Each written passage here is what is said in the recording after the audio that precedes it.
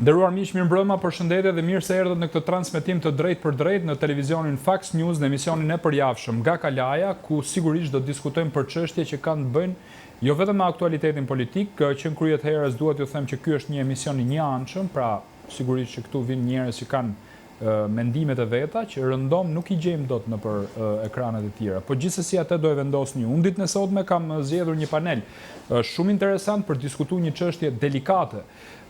Pse them delikate? Për shkak se bëhet fjalë për kufit detar me Greqinë. Kur bëhet fjalë për kufit, sigurisht që çështja nxehet edhe natyrisht që palët flasin edhe nxjerrin edhe tezat e tyre. Siç e keni ndjekur nëpërmjet rrjeteve sociale, un kam një panel shumë nderuar natën e sotme, duke filluar me zotin Dritan Goxhaj, ekspert i sigurisë. Mirëmbrëma zoti Goxhaj. Po ashtu në krahun tim të majt kam zotin Kastriot Qivi. Mirëmbrëma Kastriot. Mirëmbrëma, faleminderit. Faleminderit edhe nga ana jote. Kastrioti pra është regjisor dhe gazetar, ju e njihni. Ndërkohë ne presim nga momenti në moment bashkohen edhe dy panelistë të tjerë, sepse ditë shiu edhe Tirana me trafik, e di që nuk është justifikim, por duhet të justifikoj. Ndërkohë që avokati Altin Goxhaj ka ardhur, hajde Altin, pa problem, se ne i kemi gjërat live.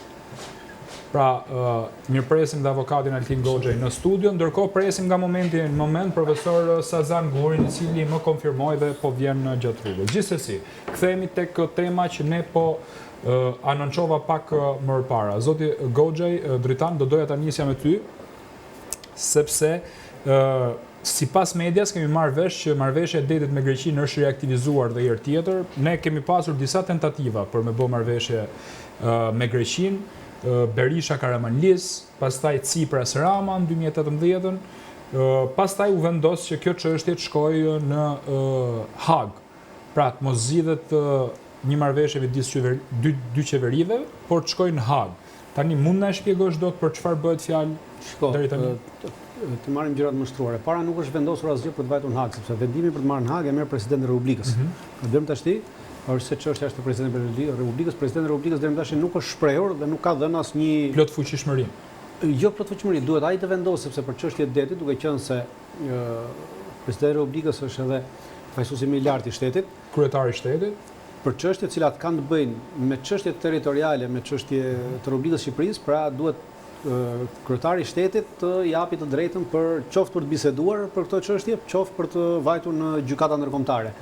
Nëse mbani mend, në 2010 gjykata kushtetuese e rrëzoi bisedimet e detit, një nga arsyet, pra ishin disa arsye, një nga arsyet ishte shkak se presidenti i Republikës nuk e kishte autorizuar sepse i përket atij. Pra, e kam lexuar me vëmendje atë vendim. Pra, çdo lloj komunikimi, çdo lloj marrëdhënie që qeveritë shqiptare, qoftë Berishës, qoftë Ramës, që kanë ardhur më mbrapa, bëjnë me qeverinë greke.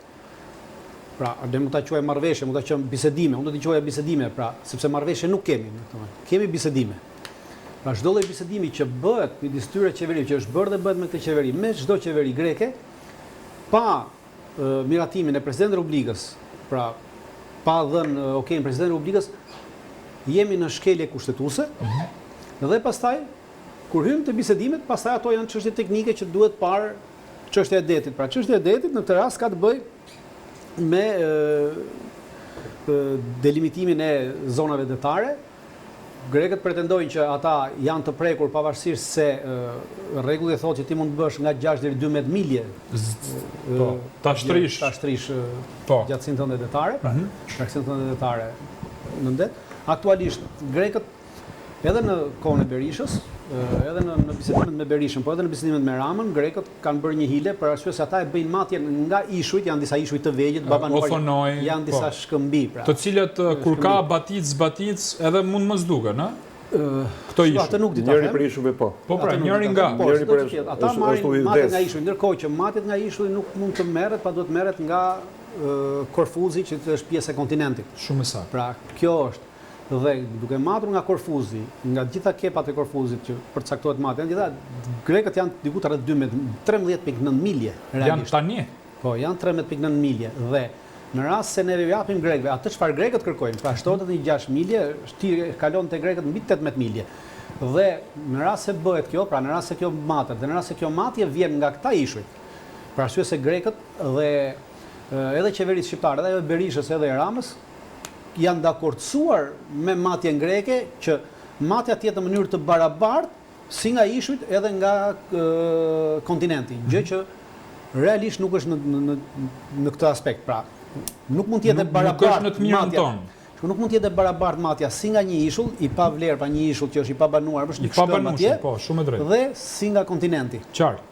Në rast se merr nga ishulli, ata shkojnë aktualisht, pra nga njëri ishull shkojnë 18 milje, kurse nga tjetri ishull, ata shkojnë diku rreth 23 milje, 24 milje. Në këtë moment do të thotë që ata hynë në ujërat territoriale tona, pra hynë në territorin tonë, totalisht.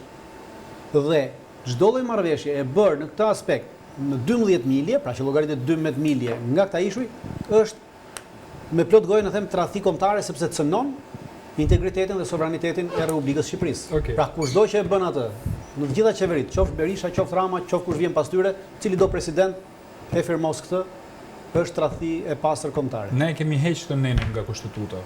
Mirë, mo, ne nuk po flasim për kushtetutë, ne po flasim për atë çka është. Kur Avni Rustemi veproi, nuk ishte kushtetutë. Si ne mund mos ta kesh, por ama ajo ekziston, pra dhënia e territorit dënohet, nuk quhet tradhti, por jo, unë mendoj që duhet të jetë.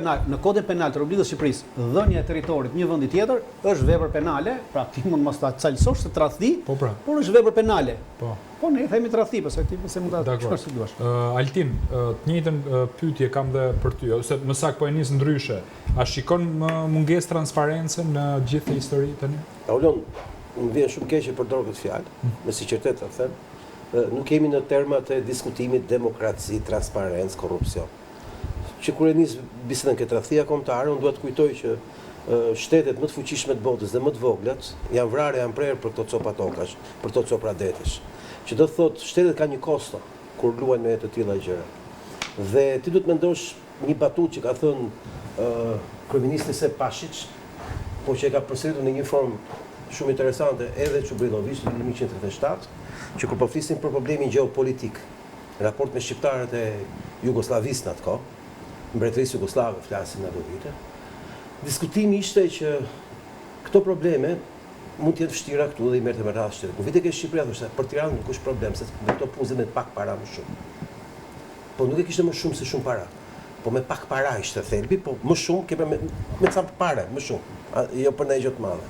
Ç'do thotë? Do thotë që llogarisësh një shtet si Greqia me këtë histori, me këtë eksperiencë, me këto luftra që kanë backgroundin e vet. Mos harrojmë shellin 19, 20, 21.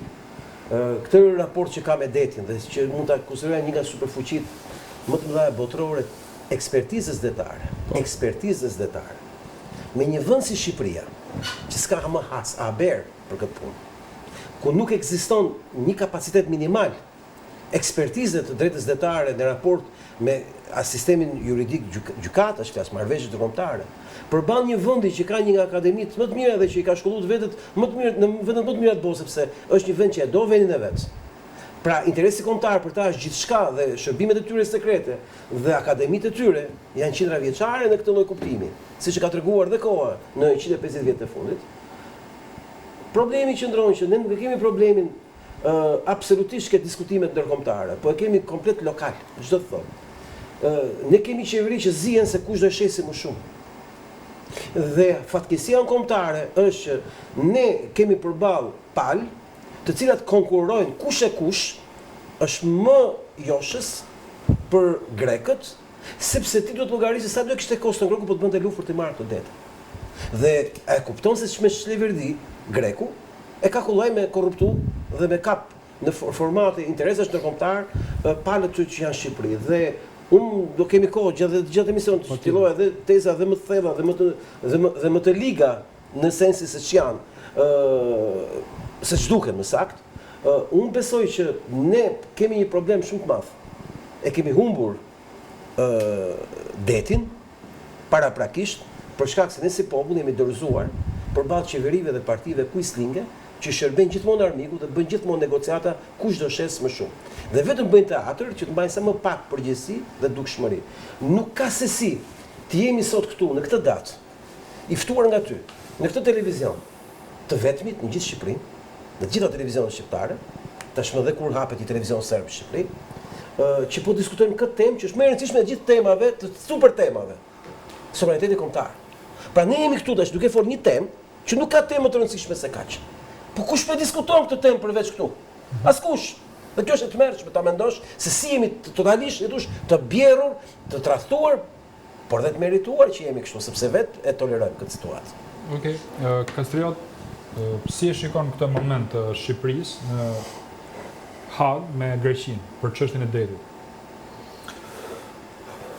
Të fillim merremi pak me teori konspiracioni. Ti mund merresh me Këta ishin opozitë, socialistët janë sot në pushtet, edhe Ulërin me sa kishin në kokë atëherë akuzonin Berishën për tradhti kombëtare. Po. Në fakt nëse të kujtohet, debati nuk filloi nga ndonjë denoncimin Partisë Socialiste si institucion apo ndonjë deputeti të saj, po nga një kolonel në pension. Mos gaboj, kolonel Pashaj. Dhe ne e dim se si përfundoi ajo, është e kot bëjmë tani e bërë edhe ti kronologjinë e shkurtër që është fuqizoi gjykata kushtetuese.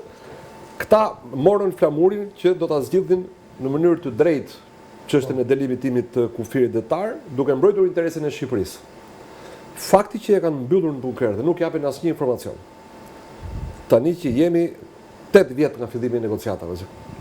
Kishin kohë me mandatin e parë, por mandatin e dytë filluan të bëjnë 2017. Fakti që është larguar ministri i jashtëm që u mor me këto negociata, Ditmir Bushati, dhe nuk duket që të ketë marrëdhënie të mira me Ramën dhe me pjesën tjetër të PS-së, pavarësisht se ai nuk ka folur për arsyet e largimit, nuk është as kritik i Partisë Socialiste sot, siç nuk flet as Shkëlqim Cami, ish guvernatori i Bankës së Shqipërisë. Dhe ish ministri i Financave. Po. Dhe të dy këta persona janë, si të thuash, pastrimi i PS-së nga ndonjë element që mund të kishte ndonjë fije, përgjegjësie, ndërgjegje kombëtare më të tash. Në këtë mungesë të plot transparencë, unë kam drejt dyshoj shumë që diçka po luhet. Fakti që në lojë është gruaja e Tony Blairit me firmën e vet konsulencës, për mua bën akoma më dyshimt situatën. Dhe nuk pres asgjë të mirë nga marrëveshja në gjykatë, sepse nuk kemi pasur ndonjëherë ndonjë marrëveshje të mirë nëpër gjykata, kurdo që na kanë paditur në këto vite. Jo, por ne kemi pranuar vetë që të shkojmë në gjykatë. Pra kemi bën me marrëveshje. Po, kjo është alibia. Ke ndërhyrje për këtë se kam pyetje tjetër. Të çështja e gruas Tony Blairit, ka një problem. Në 2021-shin, kompania e saj që bën asistencë ligjore, që quhet Omnis Strategy, është paguar nga Ministria e Jashtme e Shqipërisë 3 milionë euro për të parë këtë çështjen e detit. Dhe ajo ka sjellë një raport në Ministrinë e Jashtme, i cili thuhet që në kushtet aktuale, në marrëveshjen aktuale që juve keni pranuar me Greqinë, atë që ka ofruar Greqia, pa e fundit është e vitit 2020, që ishte ministri i jashtëm Dendiasi. Po. Shqipëria del e humbur dhe humbet 40 km2 nga territori i saj sovran. Këtë e ka thënë nusja Tony Blair. Këtë e ka thënë kompania Tony Blairit. Kjo është e përcaktuar në dokumenta qartësisht. Unë kam frikë se humbi më shumë, kjo është ideja. Shiko, nuk ka rëndësi. Ajo ka thënë 40, pra ata kanë marrë 40 km2. Ti mund të humbësh 4, 40, 50, 60. Pra, e rëndësishme është që ty të cënohet. Po, qartë, nuk diskutohet, pra e kemi në parim. Dhe me Greqinë kemi një problem të madh, sepse kufiri me Greqinë nuk është përfunduar në aspektin në vitin 1926, kur u ndan kufit, kur Komisioni Ndërkombëtar ndau kufit, KNK-ja. Po, shteti shqiptar i asaj kohe e ka ratifikuar atë vendim. Kurse shteti grek nuk e ka ratifikuar asnjëherë, se ka kaluar asnjë parlament çështjen e kufive të vitit 1926. Pra Greqia nuk i njeh kufit, e vendosën në vitin 1926. As ata detar dhe as ata toksor. Dhe në momentin që ti e bën këtë marrëveshje, pra e cënon këtë kufi, kjo merret si precedent nesër edhe për kufirin toksor, sepse kufiri është kufi, pas mund të është detar ose kështu. Kufiri toksor me Greqinë është me ato piramidat e famshme. Dakor, është me ato piramida është. Flas nga ana e Greqisë nuk njihet. Greqia nuk e ka njohur kufirin zyrtarisht pra në parlamentin e vet. Qartë. Tani vim pak te momenti ne kemi bërë një marrëveshje në thojza me Greqinë për me shku në Hag apo jo. Shiko, tani jo për replik, po vetëm për saktësim. Mund të thotë sot gruaja e Tony Blairit që me marrëveshjen u mbasim 40 km. Por ne kemi parë harta. Dhe nuk e dim kujt i referohet ajo kur thotë 40 km. Në marrëveshjen e parë që u tentua të bëhet në kohë Berishës, akuza ishte që ne humbim 352 km2. Më kupton, tani unë po spekuloj se nuk kam hartën përpara. Nëse do kisha hartën, do thoja që okej, kjo po na njeh 40 km2 vjedhje që të justifikoj 312 që mbeten, që ikin. Pra si puna e icebergut, 1/9. Dakord. Dritar. Po që unë ta thash, në moment që preket kufiri. Jo, parimisht patjetër, edhe me 1 km dhe 20 cm. Po, prek kufiri po të cënuar integriteti territorial i vendit mbaroi, pra nuk është. Okej, ti urojmë mirëseardhjen e profesor Sazan Gurit, mirëmbrëma profesor, keni qenë në Vlorë apo jo gjithë ditën sot, dhe trafiki i madh ditë shiu e kuptoj shumë mirë. Të të bëj një pyetje që të kalojmë direkt në temë, në raport ju keni shkruar dhe libër për kufit detar, e di që keni luftuar me mënyrën tuaj patjetër, por doja të t'ju pyesja si e shikoni ju këtë marrëveshje që Greqia me Shqipërinë janë drejtuar Hagës tani dhe me sa duket. Shkoj, të asërem, nuk janë drejtuar Hagës akoma, sepse Hagën e vendos presidenti. Jo. Ma ato dakordësitë e tyre, kryeministrat, pra, kryeministrat kanë rënë dakord. Jo, ma le ta them, mund ta abstragoj që kemi një president që është i krahasueshëm inteligjencën artificiale, sipas meje, dhe ka kaluar çdo gjë të Ramës, dhe në këtë vazhd besoj që mund ta kalojë edhe këtë. Mendimi im, po spekuloj për këtë, po koha do të tregoj. Duhet shkonim në Hagë me Greqinë apo duhet ulnim në Tryezë dhe të zgjidhnim aty me kompasa me vizore, siç i nxorën ata atëherë?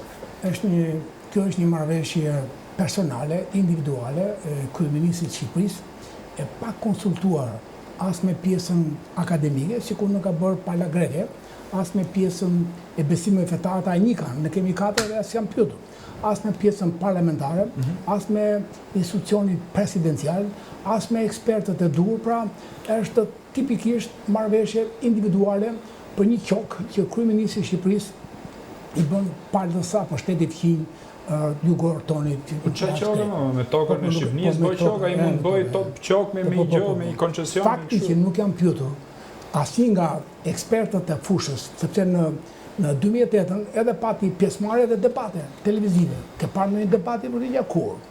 Ke dëgjuar ti që parlamenti mori një mendim për të nisur apo për të betisje, sepse nuk është më nisje, por betisje tani. Pavarësisht me vërtet zoti i nderuari Gojja thotë që akoma s'ka vajtur ke presidenti, por ne e dim që presidenti nuk bëva nuk do që të kthehej, edhe nëse kthen do jetë 2 javë pritje, petull dhe përsëri do bëhet ajo që do kryeministri. Pra, shkuarja në Hagë ka një shprehje që ne kemi bërë konferenca, ju jeni pjesëmarrës në atë konferencë, edhe zoti Goxha po ashtu, se ju keni qenë çështje tjetër, keni çështje që Zoti na ruajt për ato që ju ka ndodhur dhe edhe që ne kemi kontribuar ai sa për të drejtën tuaj, jo për ju personalisht, por për drejtën tuaj. Dhe ju marrni mend zoti Kalaja që janë bërë rreth 20, unë kam sjell me email sepse me nxitimin sipër, gjitha protestat që ne kemi bërë në 20 rrethe, por nuk është çështje proteste vetëm. Jo, është vetë proteste, se kemi protestuar dhe kur erdhi Kocia Sinkor që rrethum hotelin atëherë. Kemi bërë 20 protesta në 20 qytete të ndryshme. Pra, ne kemi thënë në konferencat me ekspertët e fushës, kemi thënë që Haga noterizim i humbjes. Ka qenë titull konferencë. Noterizimi i humbjes. Sepse shteti grek është shtet arkipelag, me ministri deti, me generala deti, admirale që duash ti. Shteti jonë nuk ka një kabinet, një departament, një skuadrë, një që të merret me detin. Dhe Haga është e fundit që duhet shkonde, ndërkohë që ishte Hamburgu që mund edhe ta ankimojë, në kohë Haga është që ka diu, kur ashtu ka diu pra, s'ke ku vetëm, s'ke ku qaresh më.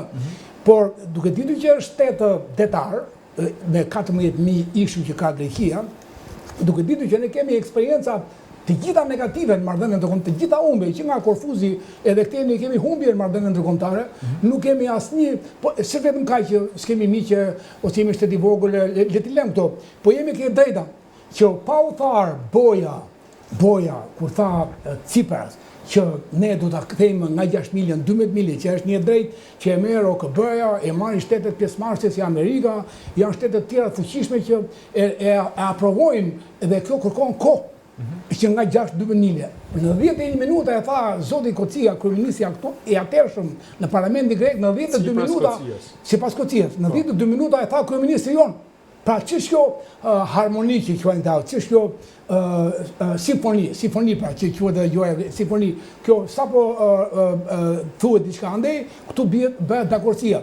Pra, kjo 6 milje është gabimi tjetër më i madh që ne kemi trajtuar në librat tanë. Kështu që bëmë një shkollë juridike dhe të paktën nuk është se jemi në nivelin e ekspertëve konkret, por jemi në atë nivel që kuptojmë ç'a bëhet. Të atin e komi dhe kuptojmë dhe e masim dhe e dim shumë mirë dhe juve, zoti Goxha tha 20 km/h ka thënë gruajt e ndoqja në duke bërë gati për të hyrë, janë 300 sipas 2-3 ekspertëve. që nga admiral që kemi ne, por zëra e mangoj, janë 324 km2 të humbur, ndërkohë që në kohën e pa dashur të them çfarë bëri Berisha, 15 km2 diskutohesh ai guri Barletës, ai guri Bardh, hyn te Batica, del te Batica midis Korfuzit dhe Sarandës 15 km2. Ndërsa sot edhe një tjetër, edhe 20 cm2 quhet, po edhe një po. E gabum edhe në atë kohë, e gabum edhe tani, se ne jemi kundër në parim, ne nuk kemi sa centimetra do na ikin, se ky është pak më i keq se ai. Jo, pra, absolutisht. Se jo, më vjen ndërmend ajo shpreha Ismail Qemalit që ka thënë që ne nuk pranojmë asnjë të keqe për vendin tonë, as të madhe as të vogël. Kështu që te kjo pikë jemi tani. Po nuk bëjmë tani. Jo, e fundit, se duhet ja marr profesorit se e di që ka informacion. Ekipi grek, me çfarë përfaqësohet? Ekipi grek përfaqësohet me gjithmonë me 30-40 veta, me harta, sigurisht harta në gjuhën greke, gjuhën angleze, asnjëherë harta tona shqip. Është shumë e rëndë, shumë edhe imishme ti kjo gjë. Tjetër, ekipi grek ose pala greke ose shteti grek kërkon që pika fikse mos jetë Korfuzi që krahasohet pikë të ndryshme. Mirë, shumë bukur. Po tjetër, do jetë një ish pa që është ishte shqiptar me Othonoj, ishte i farë, që deri para 2 vjetësh ka qenë me 200 piluriot vle, çoban, si bie çoban, që banon nga piluri, që banonin, dhe tani duke bërë 7 kaça, duke qenë oficera, 7 natë madhëmira. Jo, është ishull i banushëm. E kanë bërë të banushëm. Po bëjnë banushëm që të matët pra. Edhe njerë, ishull me 200, në kuptimin e mirë fjalës çoban, ose që i zuri kufirin në kanë çuka stile domethënë. Tani do të vijë të ti do vijë. Bëj 7 kaça. Po ma thuaj edhe herë, pra kemi gjuhëtar të ekipi i grekëve? Po gjitha janë të gjithë, po kemi naftar, ç'a kemi pra, po ma shpjegoj se do me ditë publiku, po ma shpjegoj. Kur kemi bërë, themi diçka para kësaj, kur kemi bërë marrëveshje grupi jonë me grupin e Italisë, rreshti i parë ishte me admiralët. Rreshti i dytë ishte nafta. Naftëtara, pra Eni, Agjipi, e njëjta gjë këtu. Sepse në librin tim, kur unë e nisë të 2 librat, është një dysh, unë e nisë me efektin historik që 10.000 vjet, ky det, ky Korfuz, i ka përkitur këtij vendi, jemi ne, bitë, jo në kuptimin patriotik, bitë shqiptar, i ka përkitur, pastaj vjen kërkimet për naftë. Shanci im që kam qenë në Hamilton Brothers, 4-5 vjet në institut në atë kohë që punua me tuajt e tjerë, dhe është vendi që ne e kemi si të thuar veçuar, që ose unë ose ne, gjeologë është punë e përgjithshme, e quajmë patkoj i Korfuzit, që s'ka asnjë dallim nga ajo që është Patos Marinza, Visoka, që janë në bajtë. Ka naftë pra. Po pra shumë mirë. Edhe pikërisht kur u zbuluar nafta, në mendimin e tyre, atëherë u lindën këto gjëra. Okej, Goxha, me Patos Marinza është lidhje. Është e njëjtë. Është lidhje pra. Jo, njëjta gjë pra po. Njëjta gjë, po jo se duket sigur. Ato janë që ngjajnë për nga karbonati, nuk kanë komunikuese, por kanë të njëjtën mbulim që ne i themi fish, kanë të njëjtën strukturë karbonatike që përmban hidrokarburin, ka të njëjtën shtesa, pra të njëjtën moshë dhe burimi gjenetik që vjen nga poshtë, si ai i Patos, edhe si ky njësoj e mbajnë. Doja t'ju kujtoja kush i ka koncesionet aktuale. Se kjo është shumë e rëndësishme. Jepi. Në vitin 2016 kam konsultuar atë kohë dhe me profesor Sazani për të kuptuar më thellë problemin e gazit dhe naftës së Shqipërisë.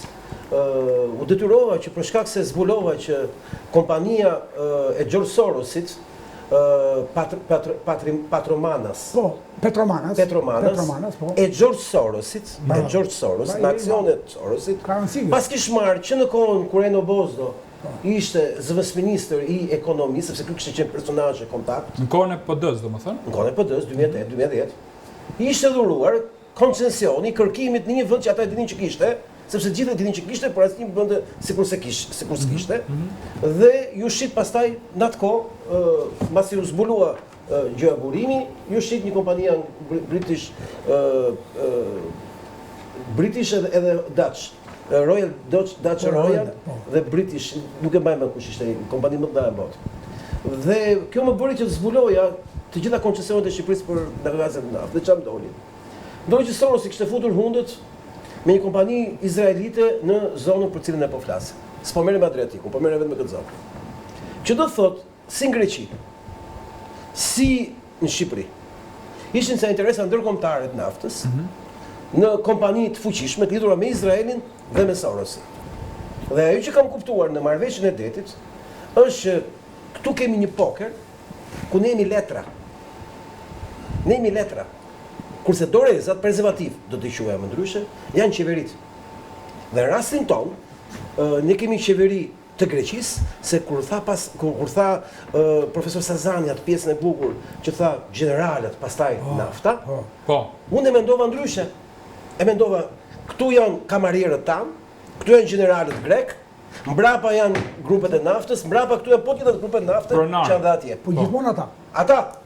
Bravo. Ku du me dalë? Du me dalë që partit tona politike që heshtin këto ditë për këtë ngjarje, që është të tmerrshme, janë konservativ, të cilët konkurrojnë cila ngjyrë do përdoret sot. Dhe mu më të merron fakti që në media këto ditë po diskutohen shumë gjëra. Po ti krahasosh, mendo të bëjmë sikur jemi grek. Ne mund të ishim një ndër 100 emisionet e çastit. Sepse do ishte mbi temat e temave. Për çështjen kombëtare ata nuk kanë kompromis. Rrim këtu se janë serioz. Këtu du me dalë.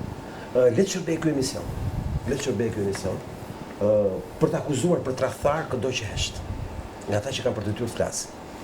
Ne jemi aktivist, ekspert, gazetar në këtë panel që kemi, po në thelb ne duhet ishim duke komentuar çfarë po bëjnë këta. Problemi është që ta kanë bërë një gjë shumë të tmerrshme. Se këtu du me dalë sot. Kjo është teza ime. Këta kanë bërë një teatr me ne, këtë 15-20 vjet. Kush do ta afirmosi? Kjo është gjithë loja. Dhe këta po luajnë, pikërisht se e dinë se çfarë po bëjnë. Por kanë hallin se si do ta bëjnë me gështenjat me duart e tjerë. Dhe unë do ju tregoj një background konspirativ që ka ndodhur këto vite me këtë çështje. M'fal, do na tregosh pas publicitetit? Patjetër. Shkojmë në hapësirë publicitare, i kthehemi me Altin Goxha dhe kam një pyetje për Dritanin, pastaj të drejtë për drejtë në raport me këtë çështje. Publicitet.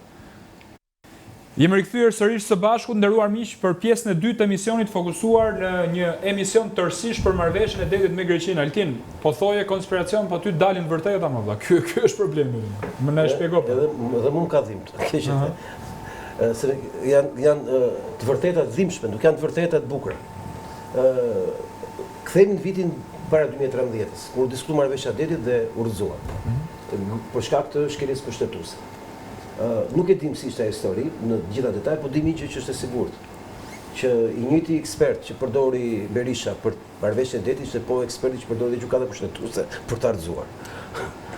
Ishte një lojë gjeopolitike, po që ishte shumë e rëndë për faktin se hapëm një lojë që s'du të hapsh. Hapëm një derë që nuk hapet. Ne jemi kurkushi në fuqi për të përballë me Greqinë në aspektin ligjor. E shpjeguam këtë gjë, dim ka historikën.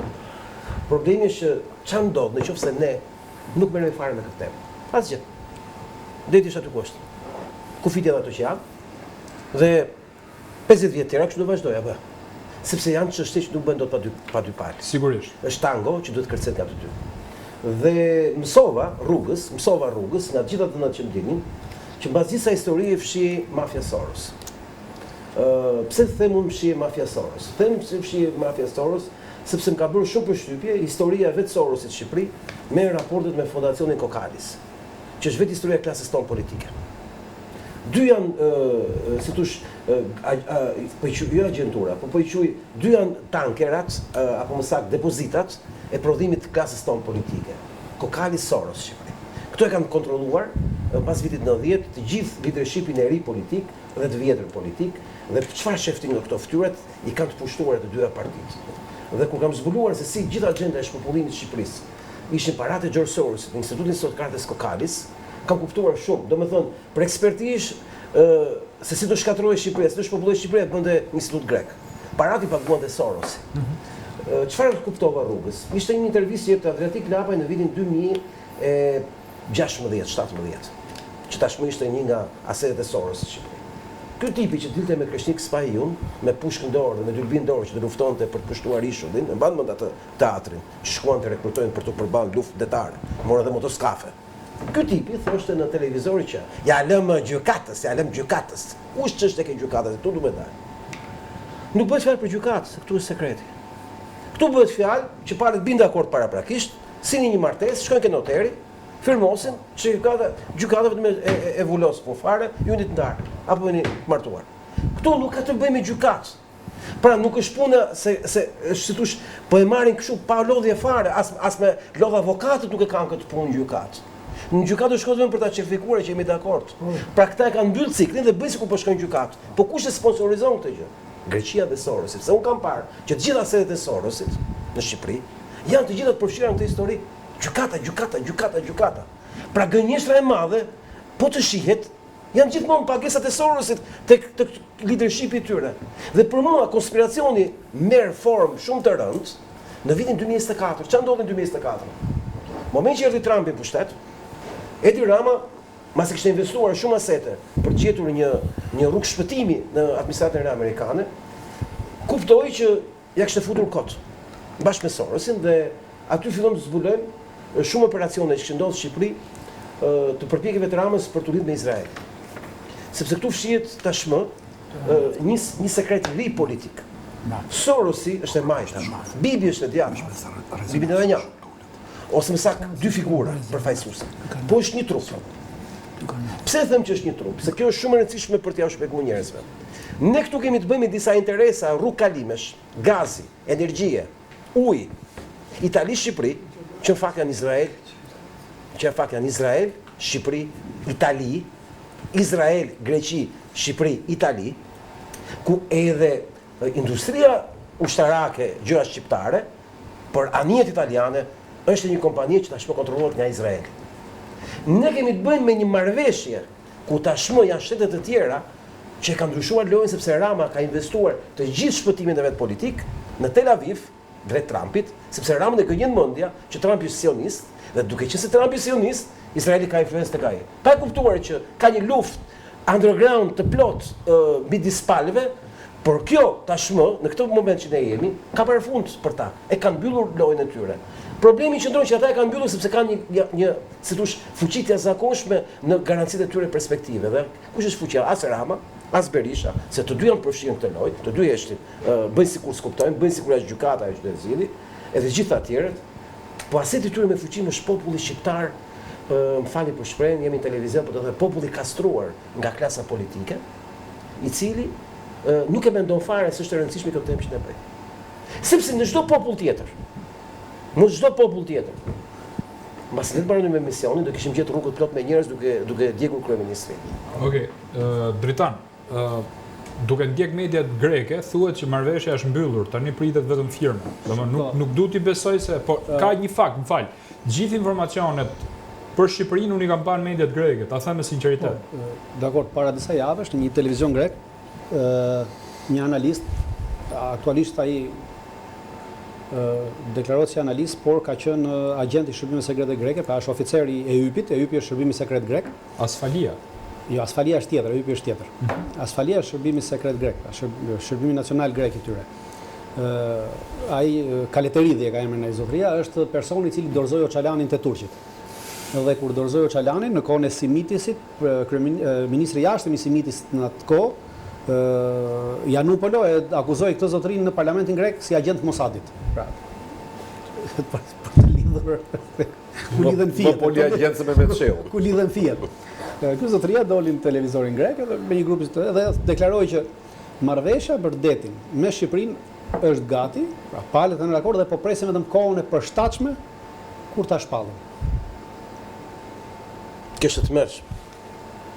Dhe e thënë nga ky person ka vlerë, nuk është një person që nuk ka pasur rëndësi ka informacion në kanalet e qeverisë greke dhe në kanalet e ujrave të fsheta, ku luhen ujrat e fsheta. Ç'më don ti për këtë moment?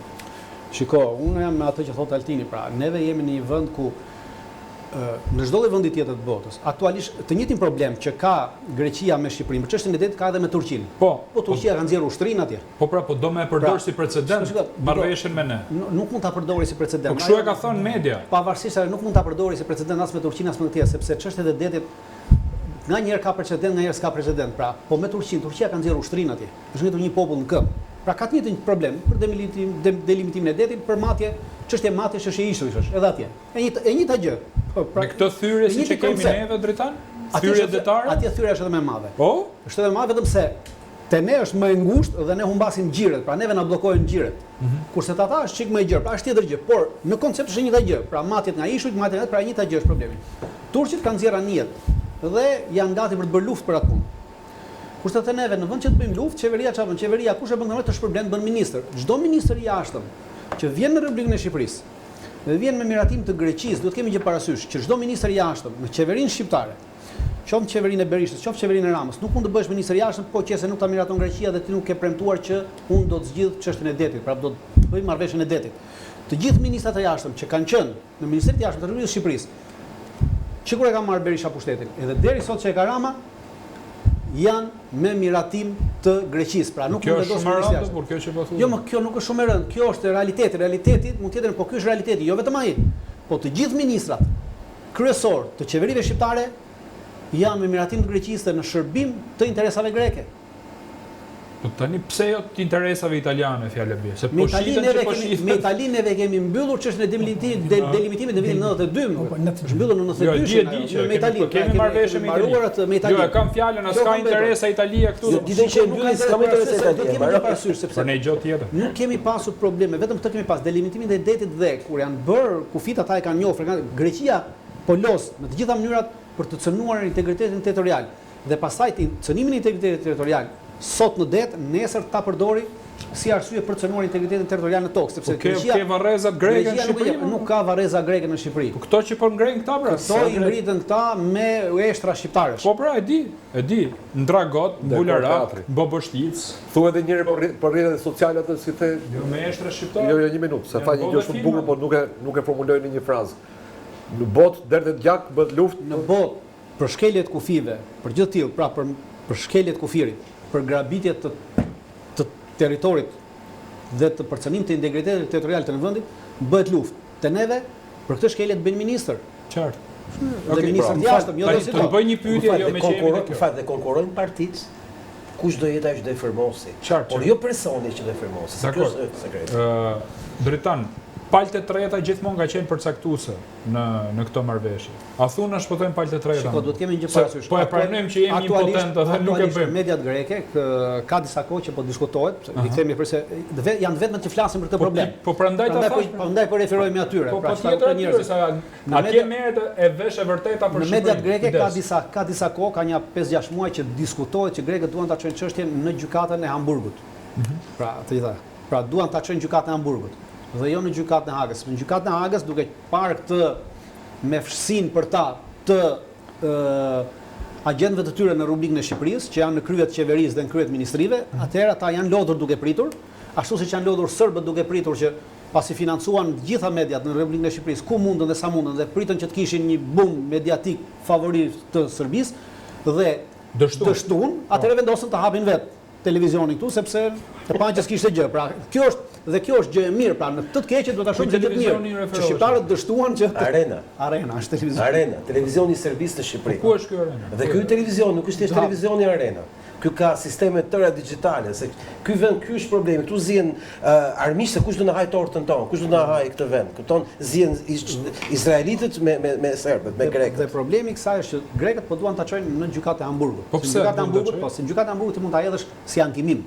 Kurse në gjykatën e Hagës ti nuk hedh dot si ankimim, duhet që për të vajtur në gjykatën e Hagës duhet që palët të bien dakordsi. Kurse duke mos pas dakordsi, atëherë çfarë bën? Ata e hedhin në gjykatën e Hamburgut. Tani kjo pse kanë një sekond, pse kanë zgjedhur gjykatën e Hamburgut? Se gjykata e Hamburgut ka shumicë gjyqtarësh grek. Shumë interesant. Prandaj ata tani kjo Spiropali e firmos marrëveshjen në Greqi apo? Spiropali se me datë 14 dhjetor do të jetë në Greqi. Është një nga pikat e bisedimeve është çështja e marrëveshjes. Duhet marrëveshjes. Po çështja çame është në tryezën e bisedimeve? Çështja çame nuk ka qenë në tryezën e bisedimeve as me Greqinë, por çështja çame nuk është as në kalendat e kalendareve të parlamentit shqiptar. Jo, pra nuk ekziston çështja se Shqipëria do refuzonte. Një sekond. Çështjen çamërinë e shiti Ditmir Bushati. Kur erdhi Ditmir Bushati në 2015 sa më bën, bëri marrëveshje me procesin atë. Jo vetëm te jo bëri për ndrimin e toponimeve në pasaporta. Shumë drejt. Ndrimi toponimeve në pasaporta domethënë që shitje e territorit automatikisht pra ti e shitë Greqinë, azisove. Pas 15 viteve ata thonë se ekziston çamëria, sepse urdhoi ju se keni këto toponime. Ai hodhi dhe valla atje. Në qoftë se Shqipëria nuk shkon në gjykatë, merret vendimi pa Shqipërinë? Jo, Hamburgu është gjykat normale, pra ai bën ankimimin. Dhe pastaj atë Shqipëria është e detyruar të marrë pjesë atje. Po s'mori pjesë. Atë nuk e di, pastaj mund ta shpjegoj. Jo, do ta shikojmë, është do ta ligjore, shikojmë pjesë ndërhyrje profesor se do të pyes dhe Kastriot. Jo, vazhdo. Çështja e Hamburgut si ajo profesori. Jo, si e gjeta. Jo për gjykatën e Hamburgut jetë më ekspert se unë. Shiko, Për debatin e ke. Debatin. Jepi. ka vetëm një rast në botë ku ka shkuar në Hamburg, Madagaskari me Afrikën, vetëm një rast.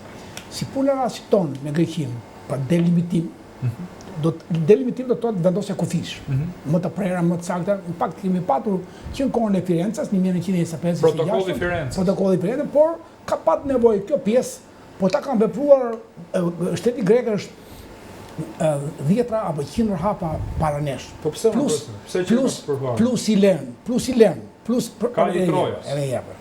Shiko, në qoftë vjet në këto kohë, në 27 vjetor që është anashkaluar, unë e kam bërë problem, po sa mund bëj problem kur këtë tavolinë që po vi unë këtu me vrap me 170 në orë, e di si më duket një tavolinë që i ngjan atë që ti do të pish kafen. Kafen garanci kush e bën, që është televizionin të rast, televizionin ndershëm, garanci kush ta sjell, që e ti të rast që ditë pyesësh, dhe garanci dhe me ke e pi, që janë gjithë tabura. Pra, s'është pak kjo, me të vërtet dukemi që s'ka ndonjë debat madh, sepse gjithmonë televizionet kërkojnë një debat. Mos më intereson debati, unë këtë emision e kam bërë me thonë menime që t'i ngelin publikun tokë. Mos ftoj njerëz me uzon me njëri tjetrin. Që nuk kemi kur nuk do e prisni nga unë. Bukur. 5 qytetarë të përgjegjshëm që jemi ne. Unë e pranoj këtë gjë. Me plot gojë them, si për heroin e luftës, si për zotin Goxhaj, si për ju, si për qytetarin tjetër të përgjegjshëm. Edhe për vetë, edhe janë dhe 55 apo dhe 550. Por ne kërkojmë të bëjmë me dije, t'i shojmë këti populli, pse? E thot vetë ai, Dendjas, që ne fitojmë, thot ai, Dendjas. Unë këtë kam bërë, kam mbledhur. Fitojmë sa Thessalonikut. Që do të thotë që ne u mbasim duke e marrë pikë të plota ishullin, është të mërshme një ishull me 200 veta të marrë pikë të plota, që bile do të marrë pikë të pjesme, 5% e tjera, bile be mund të mos marrë fare, se që papanuar dhe s'mund krahasohet me një kufi të qëndrueshëm. Si që është Korfuzi. Edhe historik. Tjera, bravo, akoma më keq. Ne jemi me Butrindin. Jemi qëndresë historike, po Butrindi do të thotë, nuk është mitologjia, është është artificial si ishull. Po. Pavarësisht se toka është aty, koncepti i banimit është artificial gjeopolitik për të realizuar një proces gjykat. Është falsifikim provash. Troç, kur shkojmë në vend që neve dalim dhe të themi këtë, shteti shqiptar, këta nuk e thonë më. Ishte çon gjykat. Kjo është problemi, e kuptoj. Pra vend që ta denoncojmë këtë histori. Duke bërë pikën e matjes nga Othonoi, ishulli Far, 10.000 vjet Far, Toni, 100 vjet ka që e kanë marrë, a i bën tash 12 milje nga ishulli Far, që vetë Far është 12 milje nga Korfuzi. Pse nuk do të mbaroj, vjen përballë Dhermiut, që po ti për Dhermiti, në i marë po se po Dhermiu, të vjen zona ekonomike ekskluzive, e matë nga kjo pikë që e merë fikse i këtë ishull, të vjen përballë Dhermiu. Vazhdojmë tash, bashkë kemi bërë të logjika më burë. Duken ato, anijet aty, Po, pra, atëre merë si përfaqe deti 324 km2, plus thellësi ujë që do të thotë 324 të tjera, plus ajrin që do të thotë 324 të tjera, plus në tokën që është naftë, një pjesë e saj, jo e gjitha, sepse është një basen i thellë që s'ka naftë, por pjesa tjetër e jugut se ai Korfuzi patkua ka naftë, pra e bie 4 herë 324, na merr ne, do të thotë peshkimi si paqet detit të priti, s'ka mbaruar me kaq. Që shteti grek, aneksim i shtetit i vendeve shqipe. Historikisht e thonë të mëjt studius europian të ndershëm, që ai ka shpallur non grata si Fall Meraje, prandaj edhe merrem me histori më burrë. Sepse historia mund të ndihmon më një sekondë vetëm në interpretim tani. Dhe shteti grek ç'është gjë tjetër, aneksim tokash shqiptare, aneksim njerëz shqiptar. Priti, edhe mbarova. Të gjithë pavëmendshëm që në me 40 ekspert grek përballë, e di kush ishte? Vetëm Endri Fuga. Gjëzjet ekspert për marrëdhënie, ishte vetëm me sutjena, me paru. Mirë, ato janë fusha jote. Tash fusha e kanë dalë. Jam gjyqën për atë çështje. Mirë, dakor. s'dua të lëviz. Pra, këte ishin 40 ekspertë për marrëdhëniet që është një VKM, pra, në 27 dhjetor VKM-ja që në një fshat me 100 veta, në qoftë që 20 veta plus një i bie 20%, plus 21 veta, shpreh se unë dua dhe ndjehem grek. Një kombi është opcion tjetër, po është gjetur një mortje në bodi, në çkanësim, s'po këto çast, që thotë që kombi është ai që ndjehet. Ndërkohë që kombi është histori, njësoj. Dhe kombi është ai që ka histori dhimbje, ka gjuhë, ka kaftë të barabartë, të gjithë ne kemi kaftë njëjtë. Ka histori, ka dhimbje, ka dashuri, ky është kombi në vlera. Ka varre para arsh. Ka varre para arsh, pra ndihmon çik.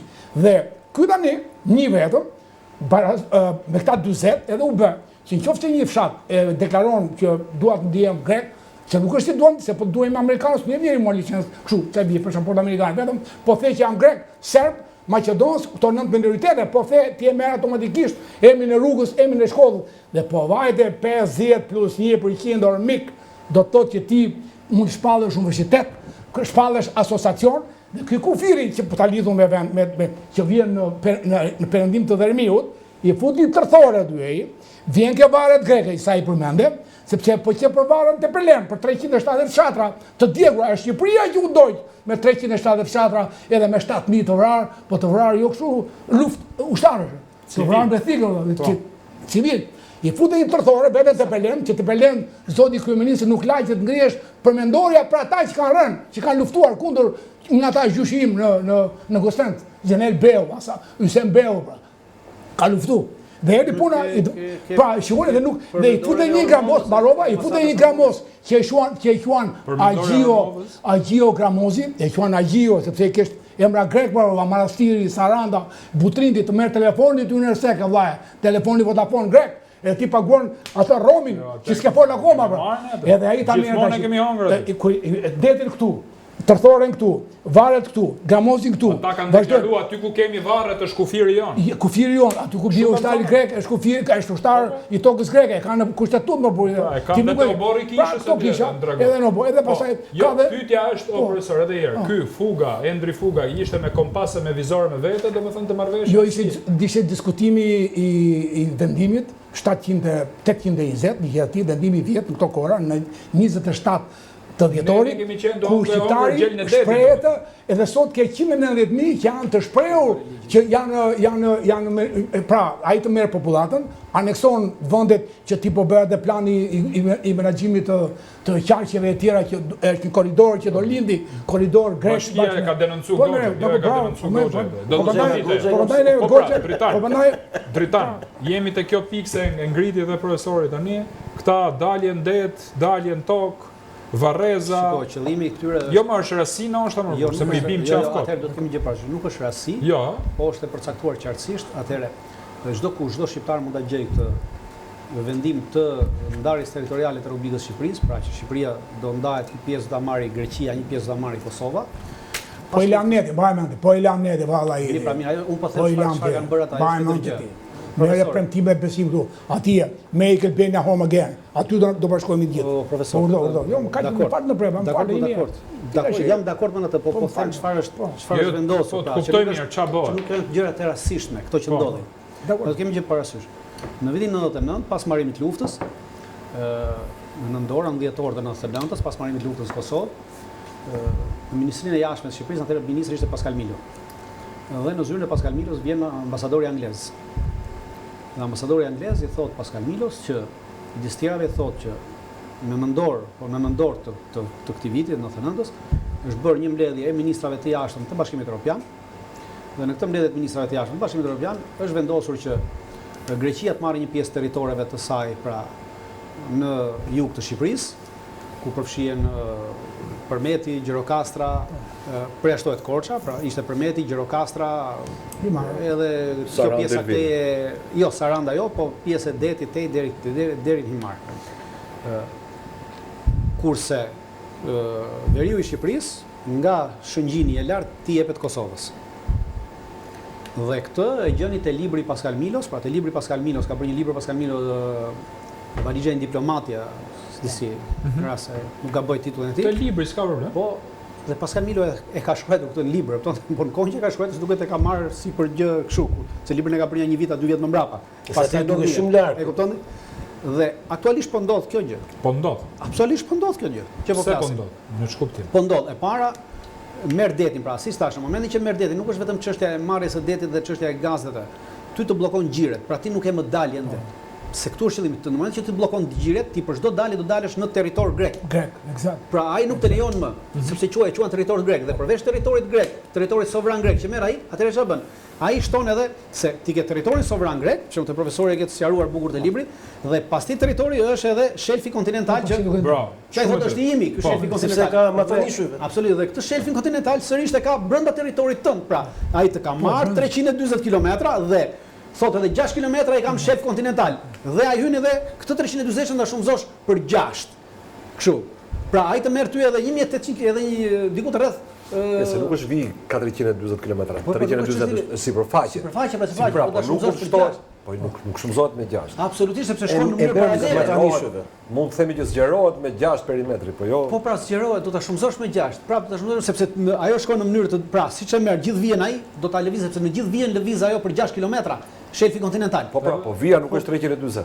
Po sa është Gjithë kuadrati është 340. Po, gjithë kuadrat. Kuadrat. Në një kuadrat, o atë kuadrat e shumëzon për aq sa. Po pra, po sa del ajo Kastriot? Po më të bëjmë rrën katrore tash. Jo, më jo, s'kemi të e bërë rrën katrore, por ne po themi e kemi kundërshtuar në parim këtë. Se ka një problem. Në moment që ishut janë këtu dhe ti je me ishut përballë, Po. çaj është matanishujve me Italinë, ti si do të mëse do të kalosh Po pra, del Ti do kalosh Greqi. sepse Greqi. ti kalon në shelfin kontinental Po, dhe pra. në shelfin kontinental ti do t'i paguash atij parat për të kaluar në shelfin Greqia, kontinental. pra, po pra. Dhe kjo është e dyta kryesore Dhe është se çfarë? s'ke drejt nxjerrësh naftë e Ai gazit. jo, ai e do nxjerrë ai naftën e Po gazit. pra, Po. Dhe po, do të ky është bëj problemi shtëpi ekonomik. përballë i marrës dhe ty të prish edhe komplet gjithë turizmin. Gjithë turizmin Po. Bregdetit. Ta prish aktualisht Gjerë ata janë naftë. duke bërë shpim në atë që quajnë zona 2. Një gabim i votë Pra, teknik. kjo zushpimi ku po bëjnë ata tash shpim në zonën 2, duhet kishte reaguar shteti shqiptar, nuk reagon sepse është zonë pa delimituar. Pra ata kanë hyrë në një territor i cili nuk ju përket atyre, pra Kanë nuk ju hyrë, përket me ligj, po kanë de hyrë, facto. po bëjnë shpim, de facto po bëjnë shpim. Shiko, të heqi paralele me Jepi Kastriot me se do të gazën. shkojmë publicitet. Shqipëria dhe Gaza janë me të njëjtin përfundim. Izraeli nxjerr gaz nga Bregdeti, nga toka, nga ai që quhet shelfi kontinental që i takon Gazës, ndërkohë që e masakron nga toka. Ndryshimi është që ne këtu nuk po na vrasin, ne po e lëmë në paqe detin që ta shfrytëzojnë grekët. Ndërkohë që është kompani izraelite, ajo që mbulon pjesën e Shqipërisë, që ka ekskluzivitetin e gjithë pjesës së Jonit, është izraelite. Okej. Dhe aty është aksioner dhe George Soros. Dakor. Shkojmë në një hapësirë publicitare, kthehemi për pjesën e tretë të emisionit, një emision shumë interesant për mendimin tim. Unë nuk ja u lexoj dot mesazhet tani, por vazhdoni shkruani publicitet. Jemi rikthyer së bashku nderuar miq për pjesën e tretë të emisionit. Zoti Goxha në fakt në një nga emisionet e tjera, Altin, se kemi 2 Goxha në studio, keni deklaruar që po përgatitet me hartën e re territoriale, alias elektorale, një bashki e re apo jo? Që do të thotë Jo, dy. 2. Edhe Ta unë majni qik dorën. e kam konsultuar me zotin Lojtan Goxhe para se të vija, që u thash, kam folur me njerëz Po, patjetër. kompetent në gjë, por dhe unë interesova në rrugë tjera dhe kuptova 2 gjëra. Strategjinë e PD-s për të bërë sikur është në luftë me PS-n dhe nuk do marrë pjesë reformën territoriale. Dhe kjo më kujton vitin 2014. Është e njëjta teatr, sepse teatri vazhdon. Teatri është që PD-ja refuzon të marrë pjesë në Komisionin e Reformës Territoriale se është në luftë me partinë dhe aty kishin shkuar edhe 2 përfaqësues të opozitës. Ti them emrat? Po, patjetër. Vangel Dule dhe një tjetër i LSI-s që pavarësisht unë e kam mik, nuk mund të ri pa e thënë për influencën që ka pas gjithmonë Instituti Kokalis, raport me karrierën e tij historike të viteve 90-2000 në Shqipëri. Pse e them këtë gjë? Se ka rëndësi kjo gjë. E them sepse PD-ja përfaqësohet me 2 përfaqësues të lidhur ngushtisht me interesa greke. Ndërkohë, si e tham, ministrat e jashtëm duhet të jenë gjithmonë me Greqinë, apo jo? Ish ministër edhe ish në jashtë. Ajo që duhet të fokusojon në këtë argument, ka të bëjë me faktin që kemi të bëjmë një konspiracion të përbashkët PD-PS, që si s'po bën me detin, do e bëjë edhe me tokën. Dhe të mos harrojmë që teatrot që bën në vitet 2008 me detin, 2010, 2013, partitë politike flas, ishte lufta kush do e bëj. Pra kush do i marrë meritat, ku? Aty ku jepet kurora. Ku? Në Greqi. Do të thënë, koncepti qëndron që ne kemi të bëjmë me një konspiracion që duke bashkuar dy bashkit, Finiq, Konispol dhe Sarand Dhërmi, Delvin, këta ç'bëjnë, krijojnë një korridor që ka të bëjë me prezencë minoritare. Ma kupton logjik. Pse korridor me prezencë minoritare? Se sipas ligjeve që këta bën, këta kanë bërë konceptin që po që një zonë që ka minoritet me 1% x caktuar i fuset e dy gjuhësin. Tabelat.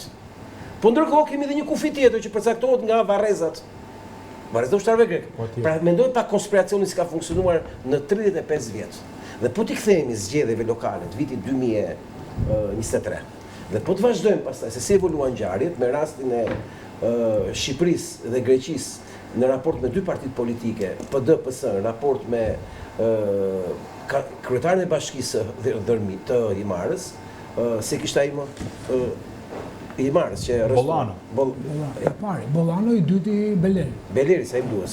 A s'është Bollano? Jo, më duhet Beleri. Të dy njësoj. Po ta shohësh, ne kemi një teatr me dirigent në Greqi, që këta të dy palë luajtën pikërisht për të ndërtuar Ramën patriot, që lufton me si thosh, përfaqësuesin e Vorë e Pirit për katës, Beleri. Ai dilte me flamurin e Vorë e Pirit? Po, më kuptoj lojën. Dhe ky joni këtej nga opozita që bënte. Nuk është vetëm Beleri që del me flamur, edhe ky që merr pjesë komision që thatë emrin e të sjellta ky Dule.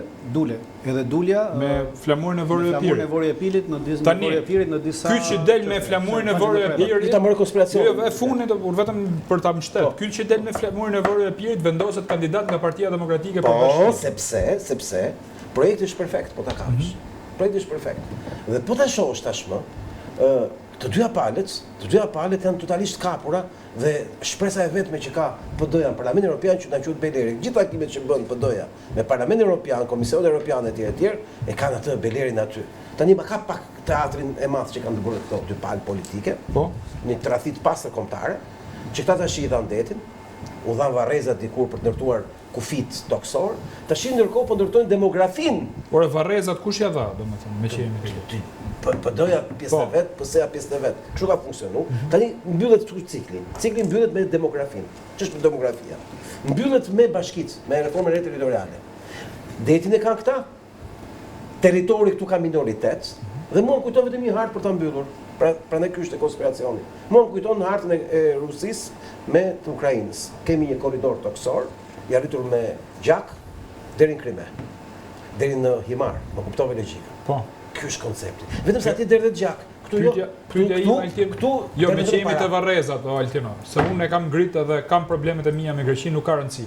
Pyetja ime është kjo, domethënë, këta nëse këtu ka ushtar grek që kanë vdekur gjatë luftës 1940-s, familjarët e këtyre realisht nuk ju interesojnë për me i marrë eshtrat për me i çuar në Greqi, se unë kam pas zakonisht që kur kanë ndodhur gjëra të tilla. Familjar, jo, më fal për edhe herë. Jo, i marrin ata, i sjellin me autobus. A janë familjarët e atyre as janë, nuk ka rëndësi se s'e ka bërë kush inventarin, po sjellin ca njerëz me autobus ditën e jos, 29 datorin kur e kanë. Jo, pyetja po, aktor po. Pyetja është shumë pyetje serioze, sinqerisht. Domethënë, këta kanë vdekur këtu, e marrin të mirë qenë. Nuk janë të interesuar ta familjar për mi marrë dhe mi varros në Greqi, se ta dheu vet. E para, e dyta, kemi shembull tjetër, domethënë lufta franko-gjermane. Është bërë një memorial i përbashkët në një territor të caktuar, thotë këtu është zhvilluar lufta, kaq, dy shtete armike me njëra tjetrën. Na kupton, se ne na duket vetë sigur po bëjmë namin, domethënë. Pra, Gjermania me Francën kanë luftuar me njëra tjetrën, kanë vdekur disa ushtarë dhe kanë bërë një memorial të lezetshëm. Ta mbyll kuriozitetin. Domethënë, këtu jepen. Ke monumente, më fal. Oborret e kishave. Jepen territoret të caktuara dhe aty dalin eshtra shqiptarë, nuk s'kan dalë. Ti ave vulën. Po jepi. Ti e di që gjithë arkitektura e vitit 92 2025 që jemi sot ne, nga kisha ortodokse shqiptare, në Fonjza, autoqefale, në Fonjza, ka qenë detyruar të ishte arkitekturë greke dhe jo shqiptare, di këtë ti. Nuk lejoheshe një arkitekturë kishe shqiptare ortodokse, sepse nuk të lejonte kisha po ta bëje siç ka qenë, siç e kemi ne me çati.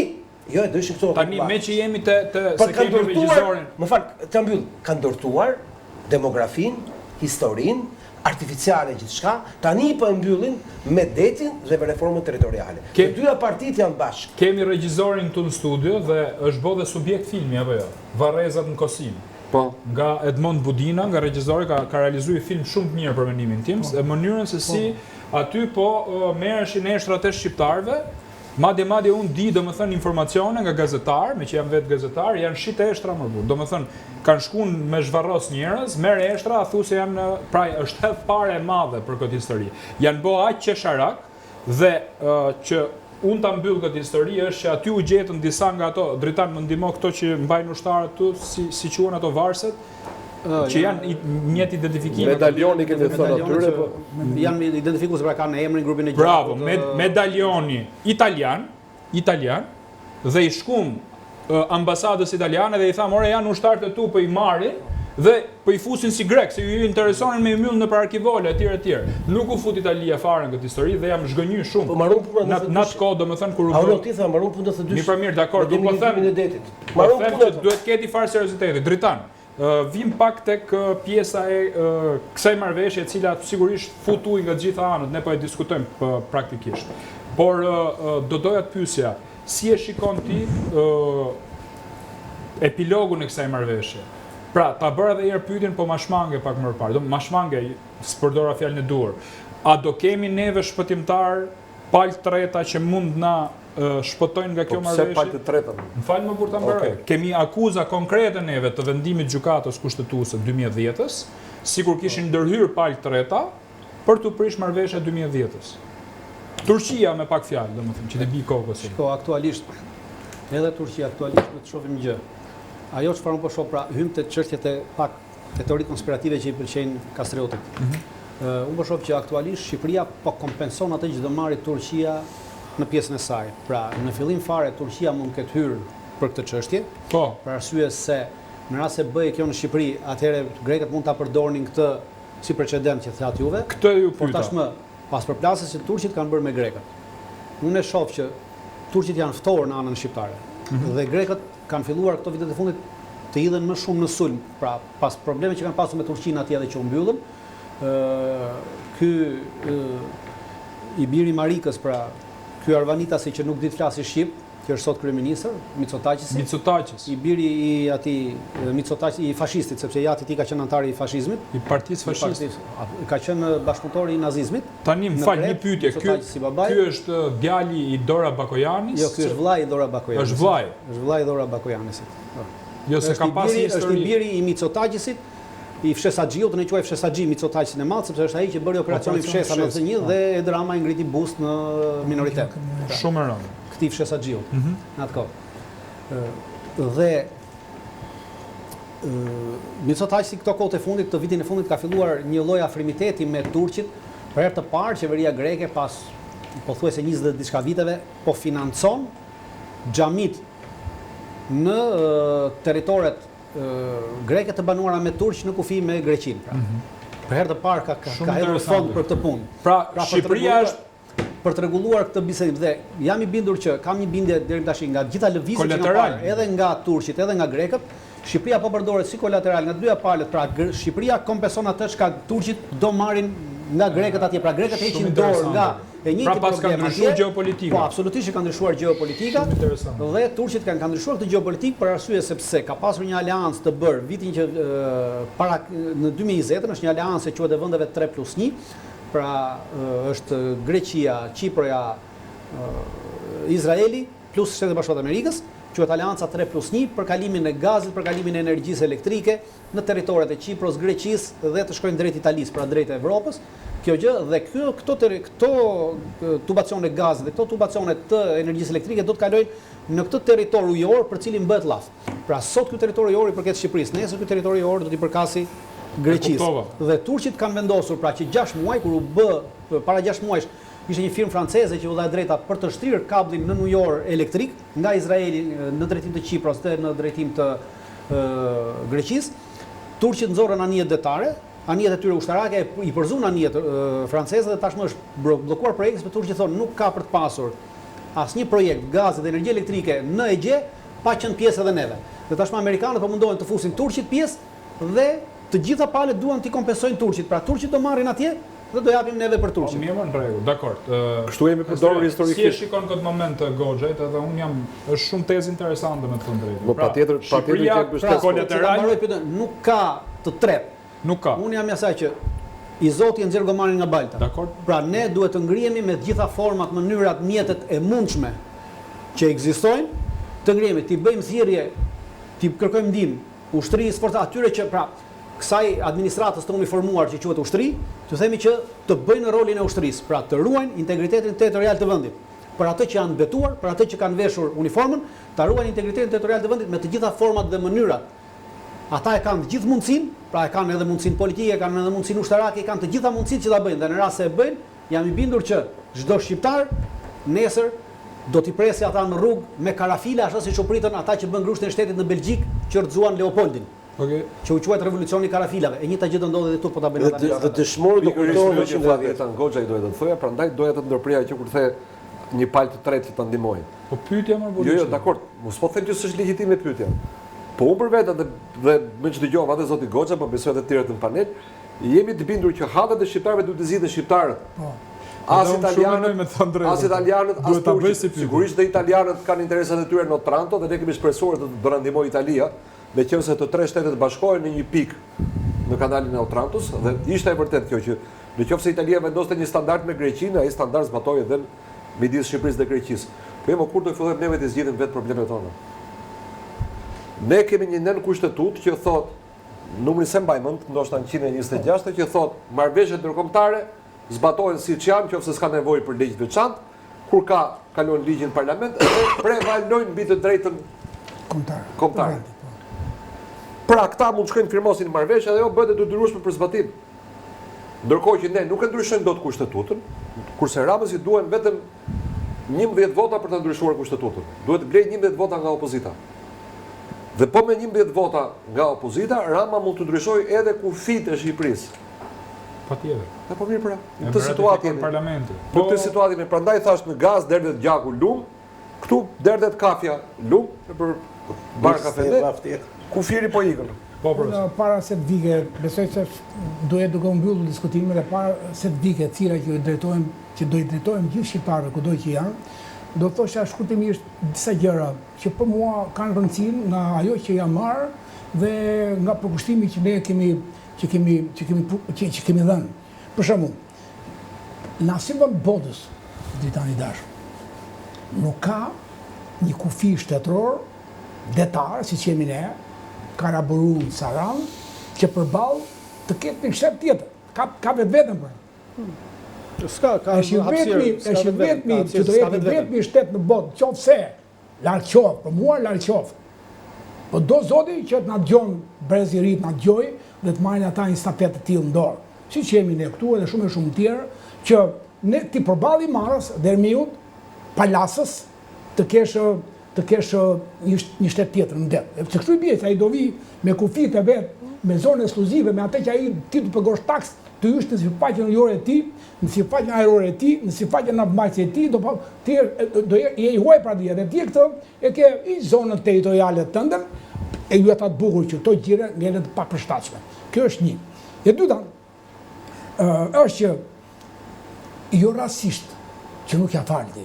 Ja falti edhe Zoti Berisha, që Zoti Goxha me të vërtetë ngre shpesh herë, apo Zoti Ilir Meta, që vendosën në një marë, nuk janë rasti këto, vendosin në një marë dhe se kuptova do të kur që vendosin një kandidat që i quajtën si kandidat të minoritet. Për shkak se kishte grupimin e tyre, kishte një bile unë jam akuzuar si ti do bashkëpunosh me Belerin, pa që ndata një javë në Pezu, sa Zoti Goxha mori partinë edhe mori një vendim gjykate, ndata një javë sikur isha pjesë punë, kisha ikur me kohë nga politika sepse kam menduar që nuk është koha, jam 70 vjeç, nuk është koha jon, profesorat i hipin qafë, jo të pyeten, po hipin me qafë, po kur ka dhe ca që duan bëjnë shakara të tallin me nderën e profesorat, është të mërshme ti. Po megjithatë, s'ka problem, prandaj është vend shumë.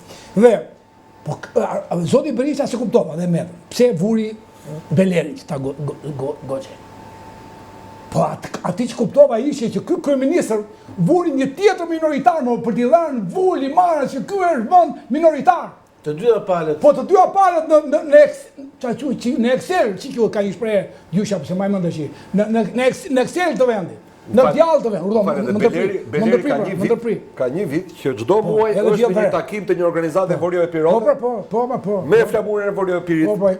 Po. Me ndërim herëshpre, me flarë për bashkë. Gjyshes është turqisht në sikter të vend. Në sikter të vend, pra. Je i madh ota. Edhe dëgjova sa i tmerrshme është kur e mendon ti që do apushtoja 1000 herë Shqipërinë, thot ai grek.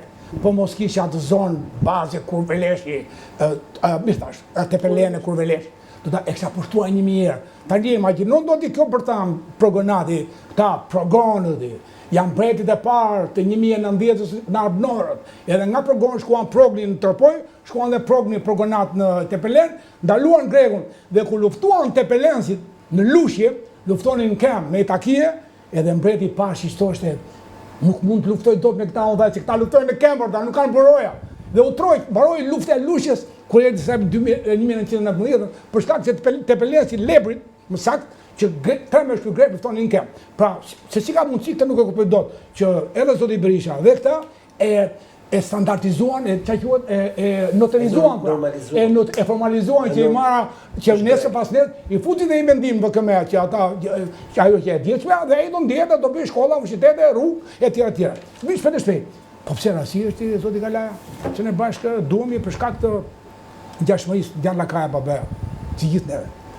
Të duket rasitu që janë ullatus, i vunë 2 emra në Tiranë, i vunë 2 gjumë greqisht edhe rasi që janë ullatus, ka patu me mjera kërkesa që kryes zot të shpalleshin Visarioni i Elbasanit, Gjon Pakzori i Elbasanit, vazhdo, a i Ardenicës, nuk i vuri, i ka lënë me barë, ato vare të tyre, i ka lënë me barë, dhe i la me barë për të qenë krye piskopi i parë, që do të nesër, për nesër nuk është më shpejtësi informative që vjetë mbrapa, që njerëzit historia ecë nga dalë, shtypi ecë nga dalë, sa të botoheshin abetarët e Sami Fraqit apo të manastiri. Tani ecën për 10 minuta, që do të thotë që nesër, për 2 vjet, për 5 vjet, u vu dhe një kufi në Tiranë, që kryepiskopi është i pari kryepiskop grek, vazhdojmë. E pavarësisht se ishte nga arta ai, shqiptar i tjetër. Dhe vu ka gjuhën greke, vazhdojmë. Shkojmë në Berat, që Romidhet e kisha në Berat janë me gjuhë greke o ti i dashur. Që do të thotë që këto pas 100 vjetësh, po 100 vjetësh kohë historike, po pas 10 vjetësh, sepse ecën shpejt me internetet sot, ai do thotë që këto që Romidhen për kisha janë kisha tona, po ka ndryrën në ikona ormik. Po shqyrë zoti vetëm do të jemi njerëz të ditur të fortë që në ikonat e Onufrit e ka atë bujkun, atë farhelsin, e ka brenda në ikonë. Nësa ai e ka vetëm ikon të krishtërimi, ai atje në atim. Pra, ti ve një vull demografie. Po s'ka vazhdon. Vull demografie. E dini sa është migracioni shqiptar real në Greqi me fëmijët e tyre? Po. Se që s'ka bën njëri këtë pyetje. 800 cami. Bën një çik llogari, 800 cami shqiptar, edhe fëmijë shqiptarësh, mos harroni këtë gjë. E kanë shtetësinë shqiptare në xhep. Një bilbilësht i urdhëruar se 3 ushtarëve shkoni voton në një referendum lokal. Po. Më falni, si del votimi, dini? Po. Kush do votojë këtu? 90 pra ata. Po i ka prezant. S'ka më njerëz. Po. Ata atje i detyron shteti se te je shtetas, do i përgjigjesh vendit tat, sa i vend i përgjegjshëm për vendin e vet. Dhe i detyron dhe shqiptarët bëj atë që ka bërë 2000 vjet. Çka ka bërë shqiptarët 2000 vjet? Është asimiluar tek vendi i fqin. Dhe ka luftuar me shqiptarët. Se unë e di shumë mirë që krimet më të ndaj shqiptarëve, në luftrat me grekët, i kanë bërë shqiptarët e asimiluar. Bravo. Tash negociatat që kemi bërë ne zoti Kalaja, janë negociata për 6 milje. Nësa ne ram dakord, simfoni për 12 milje, pra ti shkon në Hag për 12 milje, pa patur diskutime që i tham. Por gjithkohon deri në kohën e ministrit të jashtëm zoti Ditmir Bushati, apo që edhe e hoqën, janë për 6 milje. Këta i quan 12 milje dhe era dakord brenda 1 minutë. E mbanë mendin bashkë me qenë. O i uruar. Në 91 minutë cipera, në 92 minuta foli zoti kryeministër. Pra ky kryeministër, unë jam i bindur që ky është që ky do gjykohet rënd nga historia. Po pse ta ketë bërë dëmin në Shqipëri, kaq të madh, kaq ndoshta për disa gjëra zoti Dritan duhet i pakthueshëm. Dhe vazhdojmë, nuk është detyrim. Ajo marrëveshja e detit, UNCLOS, United Nations Boundaries of the Sea, kufit e detit, nuk është detyrim, ai thonë mirë kuptim. Ti çon tash në Hag, në vend se të çohet një mosmarrëveshje në Hag. Ti çon mirë kuptim, ky është me njëtin draft. ky Edi Rama qonë njëti draft pa diskutuar në parlament në qeveri, bashkë kemi qenë 4 herë ke këtu në libër, po. Sepse nuk do të paguaj faturën në zgjedhje, se kushton në zgjedhje ose. Dhe fundit do justifikohet, do thotë bëri gjykata, unë luftova. Po. Dhe edhe ai Busi që përmendi, po e mbar mend atë që kur vu Busi i Mitsotakis, flamuri shqiptar kaq, pavarësisht është flamuri më i bukur në botë, flamuri më i pafyeshëm në botë kaq, sa flamuri grek, ishte 10 fish i flamuri dhe aty ishte poshtë si Mitsotakis dhe kryeministri jon. Po kemi kryeministri, ti s'ke një bust që ata janë të gjithë ata me në parlament, sepse kushtetuta greke në 1828-ën, e disi është apo 10 gjara shqip me përshtim të mbretit, Oto. Prandaj më duhet historia. Vallja Osman Taka, Çamiko, vazhdo, veshja shqiptare, vazhdo, hymni shqiptar, vazhdo, herojnë shqiptar, vazhdo, gjua shqipe, vazhdo. 10 vjet deri në 1840 doli arta e parë e shqiptarëve që arvanitët shqiptarë që flasin greqisht. Pra Greqia po kishte, po është shumë e rëndë. Prandaj, thirrja e fundit është që i bëj thirrje gjithë shqiptarëve të vënë kishin kokës, të dindi, të dëgjojnë njerëzit kurajos, njerëzit trima, sepse do udhëheqja, ja të kemë udhë. Po sigurisht do të japësh 160 vota Artinit, ose do vjellësh Aulon Kalan, pra. Do vjellësh Aulon Kalan, aty e ke mendën ti. Edhe sot si vin nga Vlora unë të gjithë thoshin që Edi Rama i vodhi, po i ke dhënë votën më bujë dhe që e di shumë mirë. Jo thoshe, i ka dhënë s'ke dhënë as votë. Pra nuk dihet si merr votat këtu. Kur vet ata të tij, urdhëti kaq të zgjedhurit, të zgjedhurit, ishte Ardit Bido sot që mbahet si patrioti i Partisë Socialiste dhe në vend që të trajtonte këtë shqetësim, sepse nuk e shpikëm në këtë shqetësim. E gjetëm ke Partia Socialiste si dokumentacion, ke qeveria e gjetëm këto të dhëna. Erdhëm në një emision me një lajm që e morëm nga burime qeveritare. Ai fliste sot për gazetarët të cilët janë shpallë non grata, shqiptarë në Greqi. Dhe ai dhe gjithë të tjerët, PSPD, nuk e dishin që Aulon Kalaja është shpallë non grata përjetësisht. Përjetësisht, jo 3 vjet, jo 6 vjet. Përjetësisht, për ato protestat e famshme të asaj kohe. Problemi qëndron që kjo punë do të ishte sakrificë. Dhe unë do doja ta shfrytëzoja të fundit këtë lloj argumenti, për t'i bërë thirrje gjithë atyre që na shohin, do të kthem nga kamera. Kemi pas një personazh që e kemi lexuar dhe pavarësisht si interpretojnë, ka dhe i bust, që tash ja kanë mbyll. Se Ramën e Zefrika kur e shef. Qytet Avni Rusteni. Mos u bisi që nuk e kanë mbyllur bust. E kanë zhdukur fare. E kanë hequr se Se Rama del në ëndër. Kundërtohet pallatet. Se Rama si del në ëndër, po ju siguroj që nëse ju shqetësoni, po ai sa ne këtu. Për t'i vënë gishtin plak tradhtarëve të Shqipërisë. Do dalin ai hundlesh që t'u tregoj këtyre se kush janë dhe ai do ngelet hero për gjithmonë. Dritan, ke diçka të fundit, jemi minutët e fundit e emisionit. Ne sigurisht që do ta trajtojmë prapë dhe du që të më japësh fjalën që do vish për këtë çështje prapë në studio. Patjetër do vi. Jam me atë. Sepse du ta trajtoj në vazhdimsi këtë çështje. Shiko, dhënia e detit do në vazhdimsi të asaj, dhënia e detit është në varësi të dhënies së territorit, pra shkon bashk. Ata nxorën një VKM si shtab profesori për emërtimin e 3 maleve, pra i emërtuan me male greke, me emra grek. Ata ndaluan ngritjen e përmendores e një përmendore për masakrën e Hormovës, cila është nga masakrën më të mëdha që kanë bërë grekët në vitet të cilat tha profesori. Në cilin vend do ngrihej kjo? Ajo është në Tepelen, është në dhe ndalun. Dhe ndaluan ngritjen e saj. Ndalun, domethënë territorin ton. Po, territorin ton. Unë po mendoja do ngrihen ai përmendore për çështjen Çame në Greqi, apo si jemi aty? Jo more, neve me zor kemi ngritur i kemi vënë një plak në përmet një lulishte në emër të Aristid Kolës dhe nuk po bëjmë dot që e vran grekat. Dhe nuk po marrim dot një miratim në bashkinë e Tepele e Përmetit për të miratuar për vënien e një busti të Aristid Kolës për arsye se kryetaria e bashkisë të Përmetit.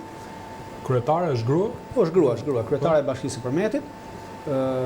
Udhton në Greqi me ministrin Mirela Kumbaro dhe ha drek me drejtorin e shërbimit sekret grek e YP-it në Athinë. Okej. Kjo është arsye që nuk lejohet. Kjo s'është Kjo është lidhja. Jo, e kuptoj pra, po dakord pra lidhja po pra që na mos kanë interesa kulinare të bashkëta mos preferojnë karalencat. Po do kuptoni një gjë, të gjiro greke. Këtu nuk kemi vetëm një ministër të dhënë te grekët. Nuk kemi vetëm një krye. Këtu të gjithë ministrat, pra Greqia ka kapur të gjithë ministrat, ka kapur të gjithë kryetarët e bashkive në jug. Pra ajo ka kapur gjithçka, ka kapur gjithë drejtorët e policive në jug. I kontrollon Greqia, i emëron Greqia. Pra çdo gjë e vendos Greqia në jug. Dhe me vendim të Greqisë, me miratim të Greqisë, me urdhër të Greqisë, ky që është kryeminist çfarë bëri? Ky e zhbëri Gjirokastrën si qendrën e jugut. Dhe hoqi nga Gjirokastra ka 5 vjet që ka Gjirokastra, nuk ka asnjë drejtëri rajonale, ka qenë qendra rajonale e jugut. Të gjitha drejtoritë rajonale që kanë qenë Gjirokastra nuk janë më, janë zhvendosur në Vlorë, Fier dhe në Lushnjë. Pra Gjirokastra s'ka asnjë drejtori rajonale. Dhe si për çudi, si për ironi të fatit, ai që është tash i ministri i mbrojtjes në qeverinë greke, pra që është Dendiasi, në zyrën e tij ka një foto, një pikturë të vjetër të hyrjes së ushtarëve grek në 1914 në Gjirokastër. Gjirokastra që i thonë. Pas gjithë këtyre që tham, kë kemi ministër të mbrojtjes ne që do na mbrojë në rast konflikti. Ne ministër të mbrojtjes kemi sërish një shqip folës që është me pasaportë greke. Që bëri ushtri në Greqi. Jo, se ka bërë ushtri. Nuk e ka bërë akoma. Domethënë Greqia mund ta marrë ministrin e mbrojtjes ta thrasë për shërbim detyror ushtarak. Problemi është i tillë që aktualisht ngelemi pa ministër pavarësisht se neve po e shkasim kokën bëhet ushtarak. Këto bisedat tona nganjëherë bëjmë edhe shaka. Jo më çështja gjendja është shumë e rëndë. Pra, aktualisht ne po flasim për çështjen e detit, po kemi edhe çështjen e territorit. Pra, ajo që tha Altini pak më parë, çështja e territorit kryesisht me reformën territoriale që duan të bëjnë këta, shkrihet Bashkia e Konispolit, i bashkohet Finiqit dhe pse po bëhet kjo? Deri më sot minoriteti grek nuk ka lidhje territoriale me Greqinë.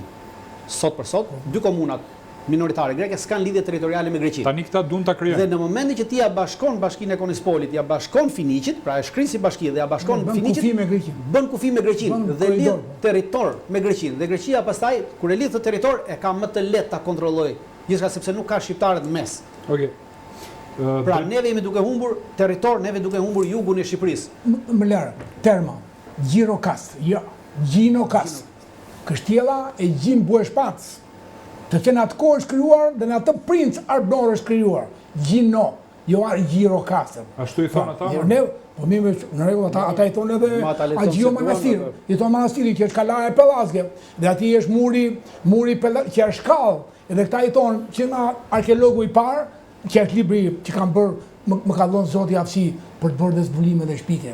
Ai është një 9 metro mur Zoti Altin, edhe këta thonë që ky mur ndan kulturën Helene, Butrin, Finiq, i quan me një gur 7 zoj. Merë Butriti, merë Finiqi, nga kultura, nga barbarët Presait i lirë. Në kohë që është shkallë, ku Pellazgët ngjiteshin për të bërë krijimin atje që quhet se kala e Pellazgët dhe imi është atje. Pra, thirrja ime është që i drejtohem, po nuk e bëra të plot. Jep. Po. Të nderuar shqiptar, nëse nuk bindeni që të tjerë duan që të bëjnë Shqipërinë të rëshqasi, ja ku është sheshi, ja ku është Mejdani, ja ku janë taburat, ka dhe tjerës, edhe 10 tera po edhe 100 tera sa kaq.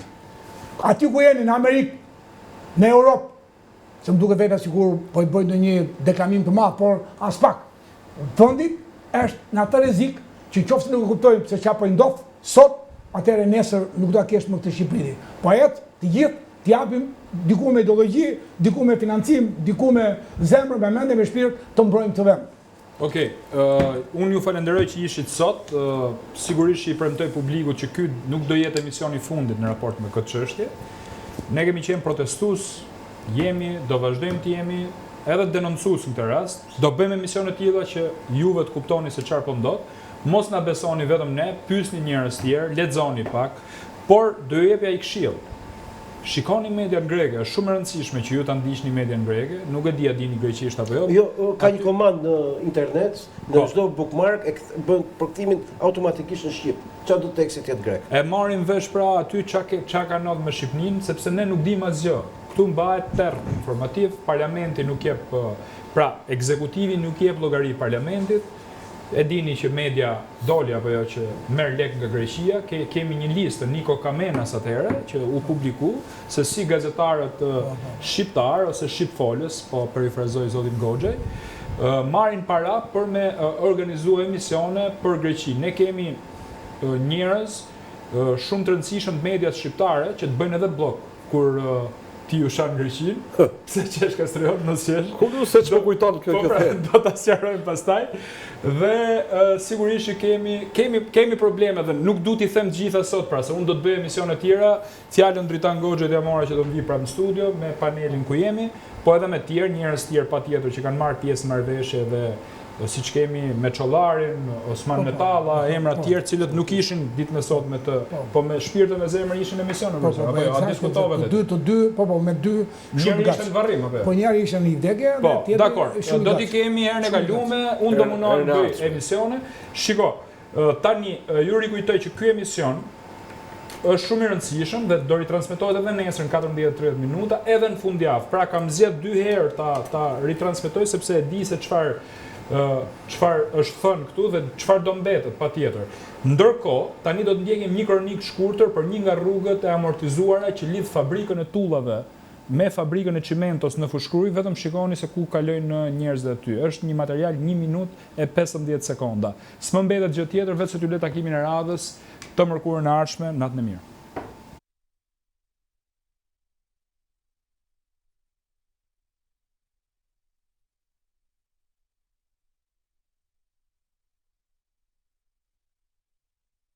Ndodhem në fshatin Zall të Fushkrujës. Është rruga faktikisht që lidh pjesën e fabrikës tullave me fabrikën e Çimentos, po edhe gjithë banorët e Zallës, qoftë ndërmjet vetes, qoftë me Luzin, me Borizanën apo me pjesën e Fushkrujës. Shikoni se si është rruga dhe sa amortizuar. Këtu nuk kalohet në këmbë dhe nuk e si shtek tjetër, pra po të kalosh atje nuk e kushton. Ja, kjo është rruga që kalojnë çdo ditë banorët këtu. Vazhdon copa. Unë do ju shpjegoj pak më sipër tani se si do vazhdoj rruga, edhe në pjesën tjetër për me shku drejt fabrikës Çimentos. Ky është vazhdimi i rrugës që ju fola pak më poshtë, pra pjesa tjetër e rrugës për në fshatin Zall vazhdon këtë lloj forme. Është totalisht amortizuar nga asfalti, këtu kalojnë mjetet e tonazhit të rënd sepse marrin Çimento apo pjesa e fabrikës tullave që ju shpjegova pak më sipër, ndërkohë këtë e bëjnë dhe banorët e zonës dhe më thonë që janë amortizuar makinat, janë për shërbime të gjitha. Imagjinoja edhe për kalimtarët, sot është i ditë me shi sigurisht dhe është më e vështirë, por patjetër që rruga ka problematika të mëdha. Kjo është rruga që kalojnë banorët çdo ditë.